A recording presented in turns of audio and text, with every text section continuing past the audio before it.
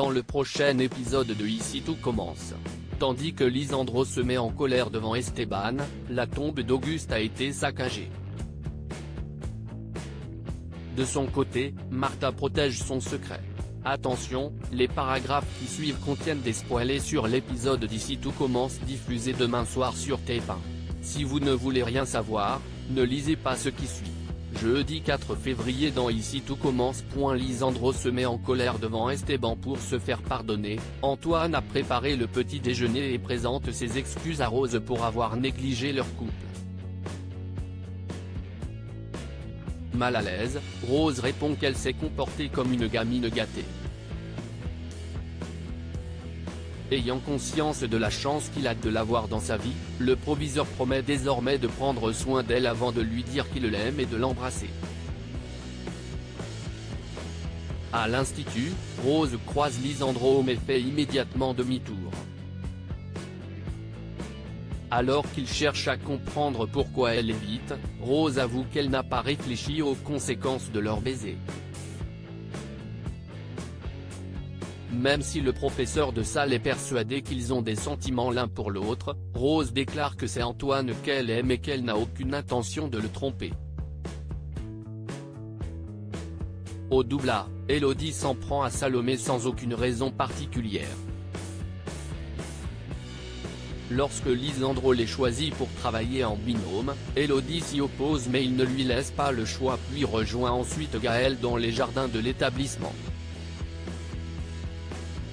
Comme Esteban n'a pas école aujourd'hui, elle voudrait que son ex-mari s'occupe du petit garçon en son absence.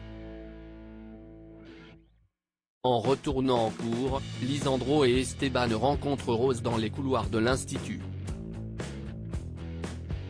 Le petit garçon lui demande alors si elle est l'amoureuse de son père mais cette dernière explique qu'ils sont simplement amis. Plus tard, Élodie sert des clients lors de son service. Quand l'un d'eux lui fait remarquer à plusieurs reprises qu'elle verse du vin à côté de son verre, Élodie s'emporte. Lisandro intervient et insiste pour qu'elle reste professionnelle, précisant que son handicap n'excuse pas tout. Une fois le service terminé, Lisandro, qui ne supporte plus l'insolence d'Élodie, la somme de prendre sur elle. Seulement, la jeune femme pense que son professeur la voit comme une infirme. Le ton monte et Esteban enjoint son père à arrêter de crier. Pour ne pas effrayer son fils, il ordonne à son étudiante de quitter les lieux, ce qu'elle fait en reversant au passage une pile d'assiettes intentionnellement. En fin de journée, Gaël vient récupérer son fils à l'institut. Au moment où Esteban évoque l'accrochage de son père, Lisandro assure que ce n'était rien de grave et jure qu'il n'a plus d'accès de colère.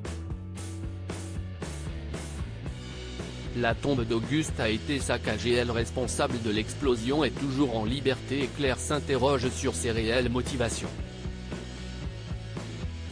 Certain qu'il s'agit d'une personne qui a voulu se venger de l'institut, Antoine se demande si cela ne pourrait pas être un ancien élève ou un professeur qui aurait été récemment licencié. Malheureusement, cela n'évoque rien à la directrice. En fin d'après-midi, Rose et Clotilde se rendent au cimetière pour se recueillir sur la tombe de leur père. Tandis qu'elles évoquent quelques souvenirs d'Auguste, les deux sœurs découvrent la sépulture saccagée. Prévenu par sa compagne, Antoine arrive sur place et trouve un dragon, identique à celui de la casquette du responsable de l'explosion, tagué sur la pierre tombale. Martha protège son secret chez les Tessier. Emmanuel prétend à sa femme que leur fils est persuadé qu'il se passe quelque chose entre lui et Martha. Dans la mesure où la mère de famille pense que son fils n'a pas tendance à inventer des choses sans raison, Emmanuel fait remarquer que Théo a tendance à devenir parano quand il s'agit de lui. Le chef pâtissier retrouve ensuite Martha pour lui donner un cours particulier. prise d'un vertige, Tessier la prend dans ses bras pour la soutenir, un geste qui n'a pas échappé à Théo qui les espionne depuis le début. Peu après, le jeune homme indique à sa copine que cela le rend dingue de la voir travailler avec son père. Comme elle a besoin de rattraper son retard, Martha s'énerve et lui fait comprendre qu'ils n'ont rien à faire ensemble s'il ne lui fait pas confiance. Plus tard, Constance fait part à son fils de la discussion qu'elle a eue avec son père. Théo, qui est furieux, finit par révéler qu'Emmanuel a embrassé Martha à Noël mais Constance a du mal à le croire. Afin de tirer cette histoire au clair, l'infirmière questionne Martha sur les dires de son fils. Mais la jeune femme garantit qu'il ne s'est jamais rien passé entre elle et son professeur.